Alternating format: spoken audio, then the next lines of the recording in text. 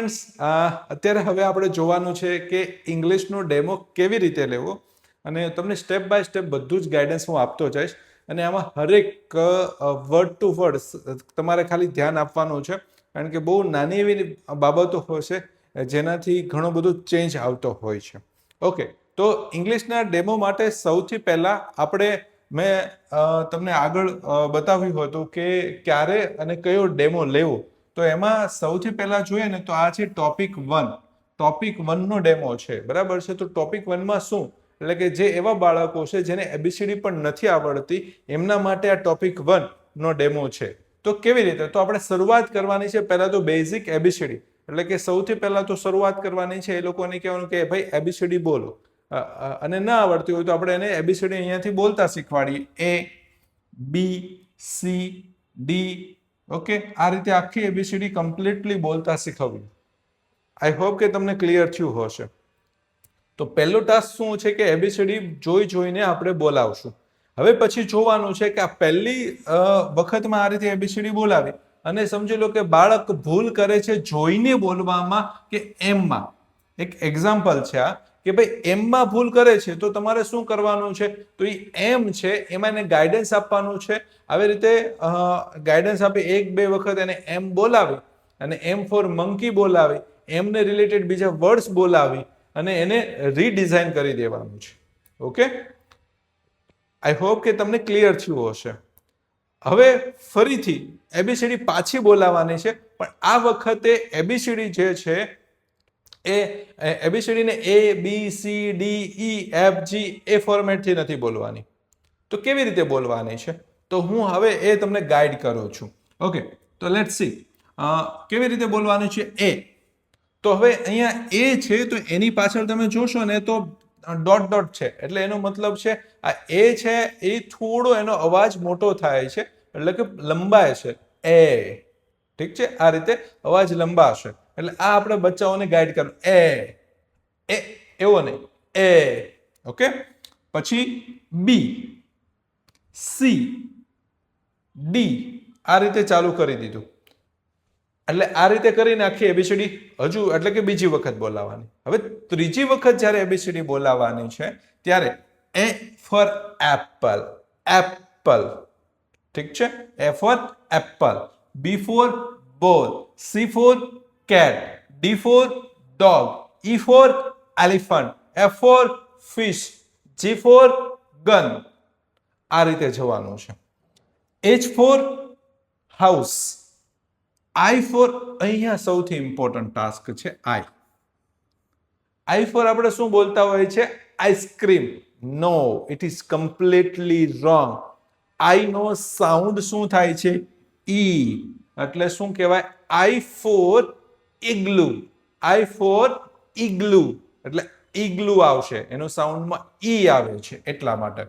જો જેટલા પણ આપણે સાઉન્ડ કર્યા, એ ફોર એપલ એટલે એપલમાં એ સાઉન્ડ થતો હતો, બી ફોર બોલ એમાં બ સાઉન્ડ થતો હતો, એટલે આ ધ્યાનમાં રાખવાનું છે. ઓકે, નાઉ જે પછી જે કે એલ એમ એન ઓ પી ક્યુ, બરાબર છે, ક્યુ. તો ક્યુ ફોર ક્વિસ્ટ, આ રીતે થઈ શકે છે. આર એસ ટી યુ, એક સાઉન્ડ છે એમાં થોડું ચેલેન્જ આવે છે. You for umbrella, you for umbrella, you for એનો સાઉન્ડ જે છે એ છે એટલા માટે. ઓકે, તો આ રીતે આપણે ત્રીજી વખત શીખવાડી દેવાનું છે. એક્સ ફોર, જે એક્સ છે એને કસ નથી વાંચવાનો, આ રીતે કરવાનો છે. આઈ હોપ કે તમને ત્રીજી વખત ક્લિયર થયું. હવે ચોથી વખત પ્રોપરલી સાઉન્ડ સાથે શીખવવાની છે. એનો સાઉન્ડ શું થશે, એ, એનો સાઉન્ડ એ, બીનો સાઉન્ડ બ, બીનો સાઉન્ડ બ, બીનો સાઉન્ડ બ, આવી રીતે.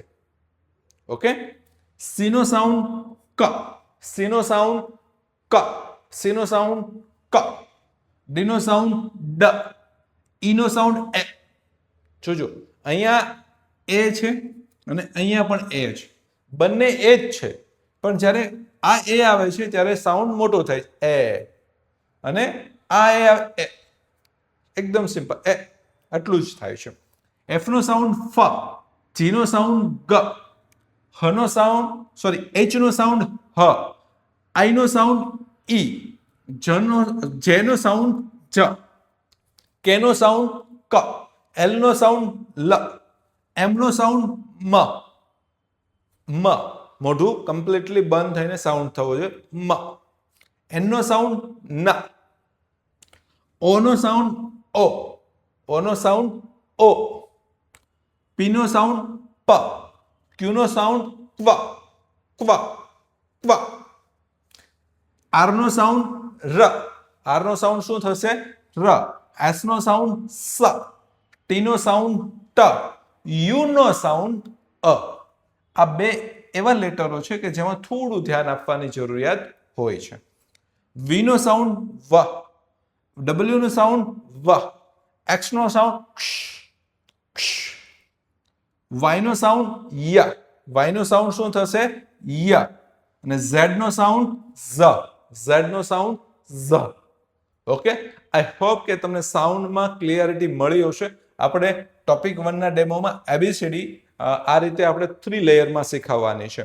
પહેલા નોર્મલ, પછી અમુક સાઉન્ડની ઇમ્પેક્ટ સાથે, એટલે આઈ ફોર ઇગ્લુ આ રીતે, એટલે એ ફોર એપલ, બી ફોર બોલ આ રીતે કરવાની છે આપણે બીજી વખત, અને ત્રીજી વખત પ્રોપર સાઉન્ડ સાથે કરવા.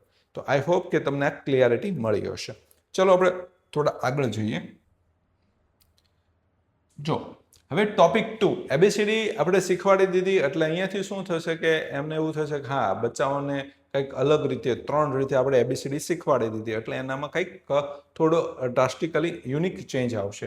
હવે આપણે પહોંચી ગયા છીએ ટોપિક 2 માં, કે જે બાળકને એબીસીડી તો આવડે છે તો એને આપણે ટોપિક 2 માં જવાનું. પણ ટોપિક 2 ની અંદર પણ તમે અહીંયા જોશો ને તો આ આખી એબીસીડી જે હમણાં થોડી વાર પહેલા મેં તમને સમજાવ્યું, બતાવ્યું, એ સેમ ટુ સેમ એવી જ રીતે એબીસીડી તો શીખવવાની જ છે.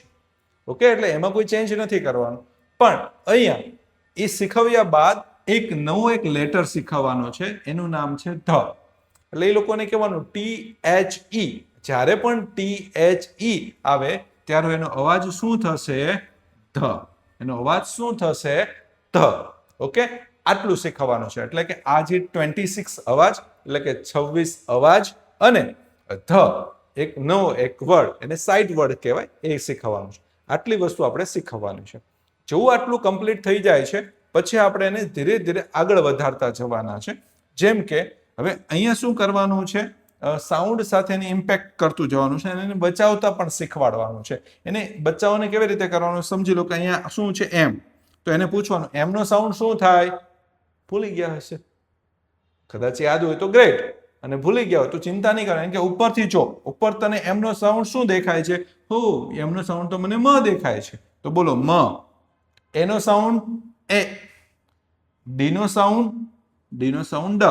તો સાથે વાંચો મ એ ડ, મ એ ડ, એટલે મેડ, એટલે મેડ. અરે વાહ, તને તો વાંચતા આવડી ગયું.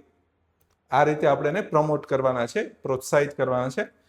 પછી બીજું, ચાલો હવે આવી જ રીતે વાંચવાનું. ટી નો સાઉન્ડ ટ, ઓકે, એનો સાઉન્ડ એ, જી નો સાઉન્ડ ગ.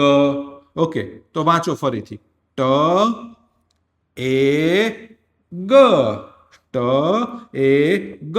એક સાથે વાંચો T A G, tag. Very good, perfect, tag, perfect.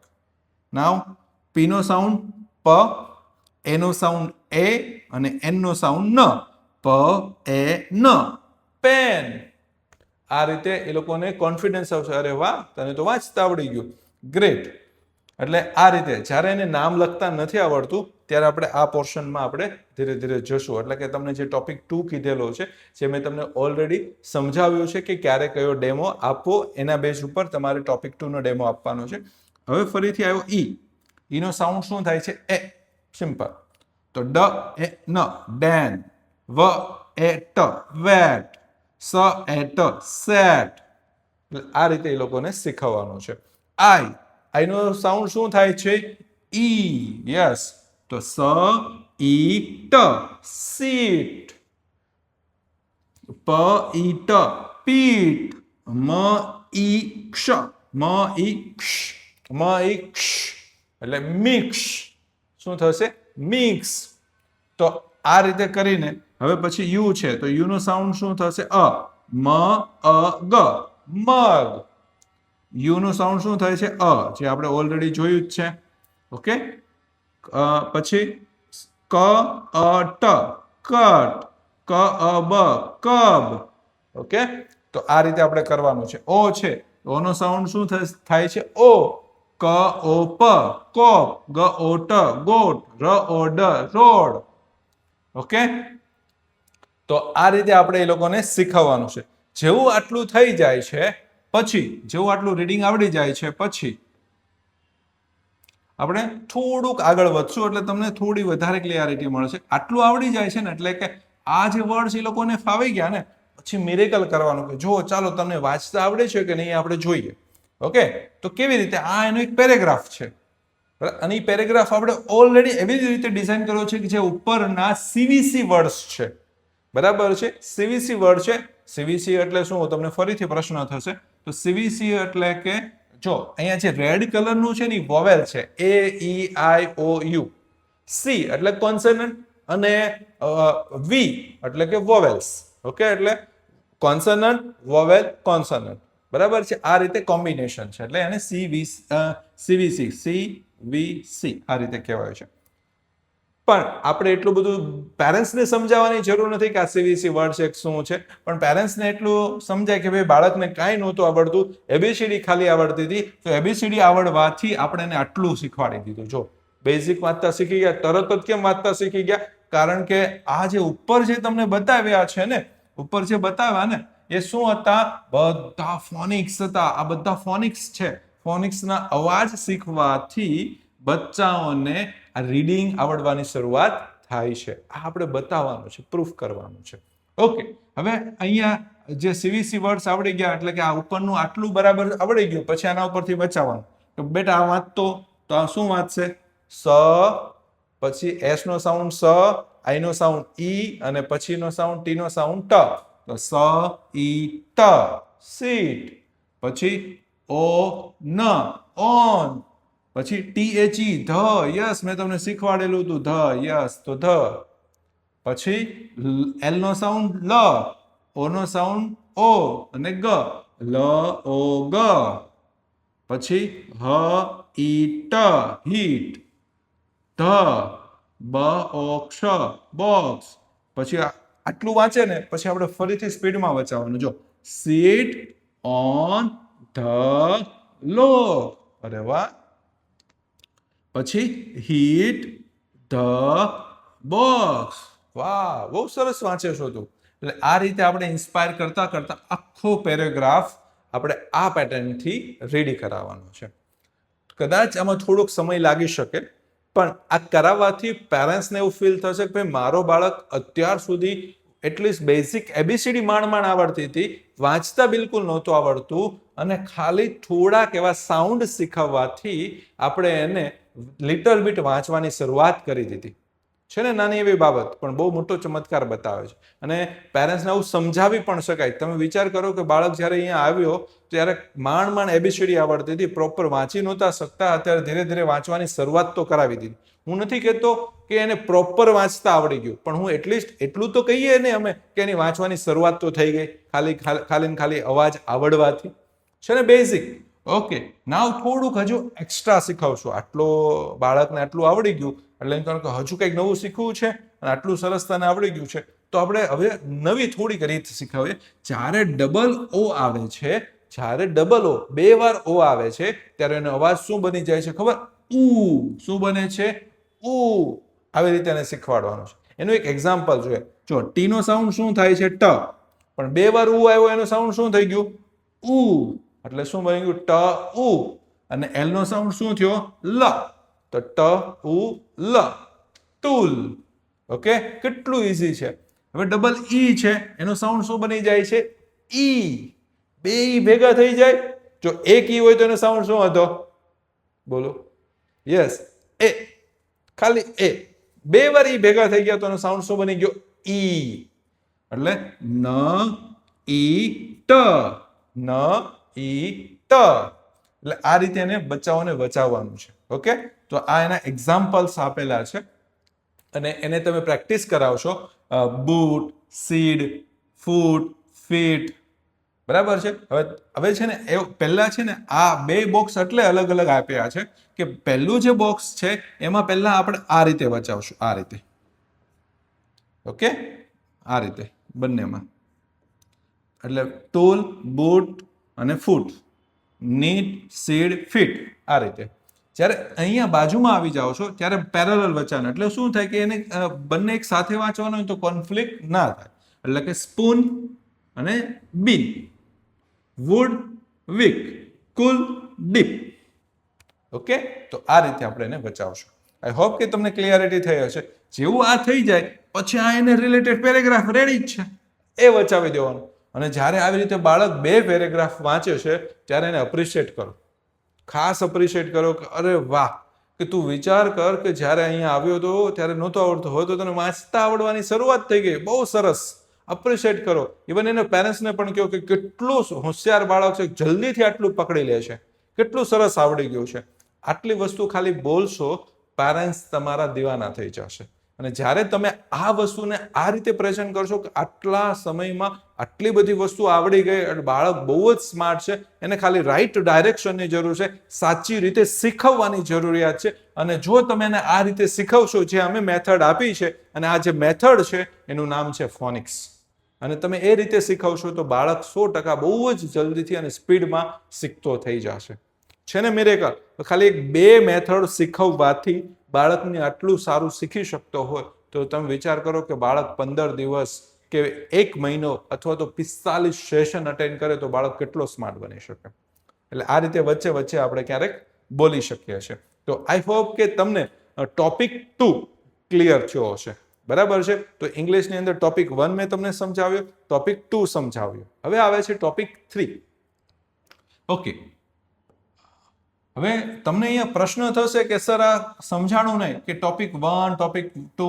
તો ટોપિક 1 છે તો એમાં ખાલી આટલું જ સમજાવવાનું છે. ટોપિક 2 આવે છે જ્યારે આપણે જજમેન્ટ લીધું કે ટોપિક 2 શીખવવાનું છે, ત્યારે ટોપિક 2 ની અંદર પહેલા ટોપિકનું પણ આવી ગયું અને પ્લસ આટલી વસ્તુ આવે છે. હવે આપણે શરૂ કરીએ છીએ ટોપિક 3 કે જે બાળકને બેઝિક થોડું ઘણું આવડે છે, એટલે કે ફોનિક્સની ખબર પડે છે, ઓલા જે આપણે સીવીસી વર્ડ્સ આવડે છે, ડબલ ઓ વાળી પણ સમજ પડે છે, ડબલ ઈ વાળી પણ સમજ પડે છે. એટલે આ બધા બચ્ચાઓને એક નવા રૂલ્સ શીખવવા પડે ઇંગ્લિશના, એક નવું વસ્તુ શીખવવી પડે, થોડાક સ્માર્ટ છે એને. તો હવે જે રૂલ છે એમાં બે રૂલ છે, મેજિક ઈ રૂલ. બરાબર છે, મેજિક રૂલ જેને આપણે સિમ્પલ ભાષામાં કહીએ છીએ. અને હું મારી ભાષામાં જનરલી કહેતો હોય ને તો ઈ છે ને જ્યારે છેલ્લે આવી જાય ને ત્યારે બોસ બની જાય છે, એટલે કે એને રિસ્પેક્ટ આપવી પડે છે. બરાબર છે, જ્યારે આપણા બોસ હોય, બરાબર છે, તો એને શું કરવું પડે? રિસ્પેક્ટ આપવી પડે. એટલે જ્યારે છેલ્લે ઈ આવી જાય છે તો એને એક રિસ્પેક્ટ આપવી પડે છે. એ રિસ્પેક્ટ ક્યાંથી લે છે? તો એની અંદર, એટલે કે એના સેન્ટેન્સમાં, એના વર્ડ્સમાં. બરાબર છે, જ્યારે છેલ્લે ઈ આવે છે તો ઈનો જે વર્ડ્સ છે એની અંદર જે પણ વોવેલ્સ આવે છે એને એના નામથી બોલાવવાના, એના નામથી બોલાવવા. ફરીથી પ્રશ્ન થાય કે સર નામ એટલે શું અને અવાજ એટલે શું? બે વસ્તુ હોય છે, નામ અને અવાજ હોય છે. ઓકે, તો હું અહીંયા તમને પ્રોપર સમજાવું કે એક હોય છે નામ અને બીજું છે અવાજ. તો નામ અને અવાજમાં ફરક શું છે? જેમ કે હું અહીં એક્ઝામ્પલ લઉં, આઈ. તો આ ઈ, તો આઈ જે છે એ એનું નામ છે, આઈનું પોતાનું નામ આઈ છે, પણ એનો અવાજ આ આઈ, રાઈટ, આઈ. તો આઈનું નામ શું બન્યું? આઈ, પણ એનો અવાજ જે છે એ શું છે? ઈ. યસ, આ ફરક છે. તો અહીંયા એ સમજાવવાનું છે કે પહેલા આપણે નામ અને અવાજ આ સમજાવવાનું કે નામ કોને કહેવાય અને અવાજ કોને કહેવાય.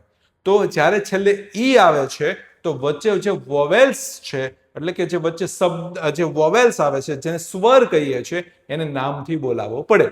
ઓકે, તો કેવી રીતે? જેમ કે અહીંયા જો આ નોર્મલ છે, ક, અ, ટ, કટ, આ રીતે વાંચજો. જેવો પાછળ ઈ આવી ગયો તો યુ છે, યુ, બરાબર છે યુ. યુ નું નામ શું થયું? યુ. ઓકે, અને એનો અવાજ શું થાય? અ. તો હવે ચેન્જ થઈ ગયું. જો ક યુ જો ક અ ટ આ નામ આ એના અવાજથી બોલાવ્યું આપણે. કેમ? પાછળ ઈ નથી. જેવું એની પાછળ ઈ આવી ગયો એટલે હવે એને નામથી બોલાવશું. ક યુ ટ, ક્યુટ. અને હા, ઈ પોતે ભલે આવે પણ એનો કોઈ અવાજ થાય નહીં.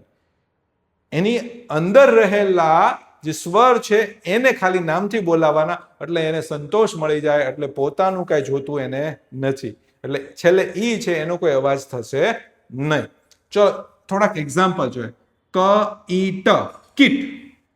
ઓકે, જેવો છેલ્લે પાછળ ઈ લાગી ગયો એટલે એને શું બોલાવશું નામથી? ક આઈ ટ, કાઈટ. કેટલું સિમ્પલ છે ને? આ વસ્તુ બચ્ચાઓને મજા આવશે, ઇન્ટરેસ્ટિંગ લાગશે. અરે વાહ, હા આવી રીતે શીખાય. સ ઈ ટ, સીટ. ઓકે, અને અહીંયા સાઈટ. કબ તો ક્યુબ, કટ તો ક્યુટ. આપણે જો અહીંયા છે ને સી પછી જી પછી ઈ આવે છે, એનું આપણે આગળ ડિટેલમાં જોવાના છે. પણ અહીંયા જેન અને ઝેન આવી રીતે થઈ જાય છે, પણ એને આપણે ડિટેલમાં આગળ સમજશું. શું છે, કેવી રીતે છે, એ આપણે આગળ સમજવાના છે. ઓકે, પણ તમને જે આ રીતે બચાવ્યું છે એ રીતે કમ્પ્લીટલી બચાવવાનું છે બચ્ચાઓને. રાઈટ? હવે તમને મેં હમણાં જ વાત કરી કે જી પછી ઈ ની આવે તો શું થાય, કેવી રીતે છે, તો આ એનો જ ટોપિક છે. પ્રોપરલી આપણે એને સમજવાનો છે.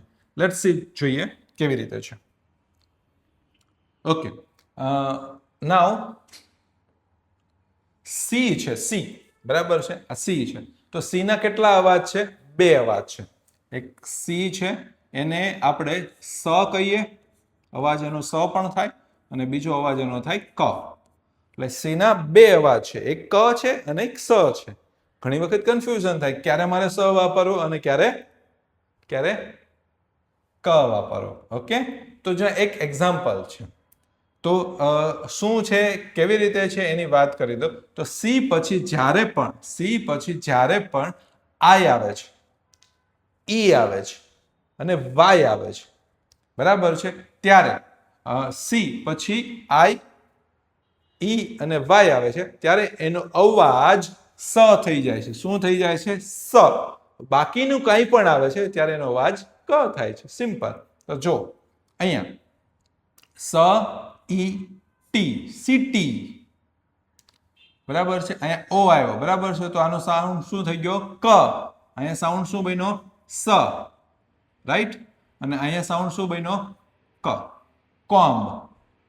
એવી જ રીતે જીમાં પણ સેમ ટુ સેમ છે. જી પછી ઈ આવે, આઈ આવે. બરાબર છે, તો એનો સાઉન્ડ જ થઈ જાય છે. જી પછી ઈ આઈ આવે છે તો એનો સાઉન્ડ શું થઈ જાય છે? જ. જમરૂખનો જ.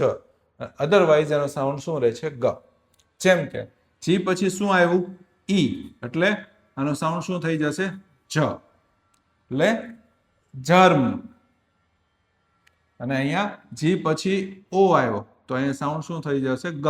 એટલે કે ગોટ. તો અહીંયા છે તે જો સી પછી ઈ એટલે સેન્ડ, સી પછી આઈ એટલે શું થશે? સી પછી આઈ એટલે એનો સાઉન્ડ શું થશે? સ. સી પછી જો અહીંયા ઈ એટલે એનો સાઉન્ડ શું થશે? સ. એટલે જ્યાં પણ મેં ઓલરેડી તમને કહી દીધું કે ક્યારે સ વાપરવું અને ક્યારે ક વાપરવો. એવી જ રીતે જીમાં પણ ક્યારે ગ વાપરવો અને ક્યારે જ વાપરવો એ મેં તમને એક્સપ્લેન કરી દીધું. અને એ જ પ્રમાણે તમારે પેરેન્ટ્સને ગાઈડ કરવાનો છે કે સી પછી આઈ, ઈ અને વાય આવે ત્યારે, એવી જ રીતે જીમાં પણ આઈ, ઈ અને વાય આવે ત્યારે એનું જ થઈ જશે. ઓકે, તો એ હું તમને અહીંયા થોડું સમજાવી દઉં ફરીથી, એટલે કદાચ કન્ફ્યુઝન ન થાય કે આ જી છે, જીમના બે સાઉન્ડ થાય છે. એક સાઉન્ડ થાય છે ગ અને એક સાઉન્ડ થાય છે જ. જ ક્યારે આવે છે? આઈ, ઈ અને વાય. ઓકે, જી પછી આવે છે. ઓકે, અને કમાં આમાં સીમાં પણ સ ક્યારે આવે છે? આઈ, ઈ અને વાય. આ ત્રણ લેટર લાસ્ટમાં આવે છે ત્યારે થતો હોય છે. ઓકે, ચાલો તો તમને આની ક્લિયરિટી મળી ગઈ. સેન્ટ, જેમ કે અહીંયા કેટ છે તો એ આવ્યો એટલે ક સાઉન્ડ થઈ ગયો, અને અહીંયા જો જી પછી આઈ આવ્યો એટલે જીરાફ થઈ ગયો. જ થી ગિરાફ નથી થતું, જીરાફ થાય છે. એટલે આ જર્મ થઈ ગયું. તો આ રીતે તમને ખ્યાલ આવી ગયો હશે. જેમ કે આ ગ્લોબ છે તો આ ગજ સાઉન્ડ શા માટે થયો? તો જી પછી આઈ નથી, ઈ નથી એટલે. ઓકે, તો તમે ક્લિયર થઈ ગયા હશો. હવે એક નવો રૂલ્સ છે કે સાયલેન્ટ હોય. બહુ બધી વખત કે સાયલેન્ટ આવે છે, અને એ ક્યારે આવે? ઇંગ્લિશની અંદર ઘણી વખત તો કે છે એ સાયલેન્ટ થઈ જાય, ગાયબ થઈ જાય. તો એનો પણ એક રૂલ્સ છે. જો એ તમને ખબર પડી જાય તો એવો મિરેકલ થઈ જાય. આવો તો બહુ બધા રૂલ્સ છે કે જે આપણે આપણા કોર્સની અંદર ડિટેલમાં સમજાવવાના છે, અને બહુ મજા પણ આવવાની છે. એટલે આવું પેરેન્ટ્સને આપણે કહી શકીએ કે વિચાર કરો કે આવા બેઝિક રૂલ છે, જો આ ખબર પડી જાય તો સ્પેલિંગની ભૂલ પડે છે ને. સિમ્પલ, પાછળ ઈ લાગવાથી ક્યુટ વચાય છે, પણ ક્યુટનો સ્પેલિંગ લખવા જાય તો ઉલટું લખી નાખે. તો એના બદલે સિમ્પલ છે, પાછળ ઈ લાગે છે એટલું ખબર છે એટલે સમજાય છે કે આ રીતે સ્પેલિંગ લખાય. એવી જ રીતે સિટી છે, પછી જર્મ છે, એટલે કે સી પછી આઈ લાગે છે, ઈ લાગે છે, ત્યારે શું વાંચવું, જી પછી લાગે શું લાગે. તો આ બેઝિક રૂલ્સ છે, આવું ખબર પડી જાય તો કામ. એવી જ રીતે કનો પણ એક રૂલ છે. જ્યારે પણ એન શું આવે, એન કયો, એન, એન. ઓકે, એનની આગળ જ્યારે પણ એનની આગળ કે આવે, એનની આગળ કે આવે, એનની આગળ કે આવે ત્યારે કેવો બની જાય છે, સાયલેન્ટ. પણ લખવો જરૂરી હોય છે. જેમ કે નો, નોલેજ, નાઇફ, નોટ, આ બધી જ વસ્તુમાં કે એટલે એનની આગળ જ્યારે પણ જ્યાં એન આવે છે એની આગળ કે આવે છે તો સમજી લેવાનું શું, સાયલેન્ટ છે ને. Simple. Yes, it is really amazing task. Okay, તો આઈ હોપ કે તમને અહીંયા સુધી ક્લિયરિટી મળી હશે. એટલે કે જે ટોપિક 3 સુધી આપણે અહીંયા સુધી કરાવવાનું છે, એટલે પહેલેથી લઈને ટોપિક 3 સુધી અહીંયા સુધી કરાવવાનું છે. નાવ આપણે ફોકસ કરીએ ટોપિક 4 માં. ટોપિક 4 ની અંદર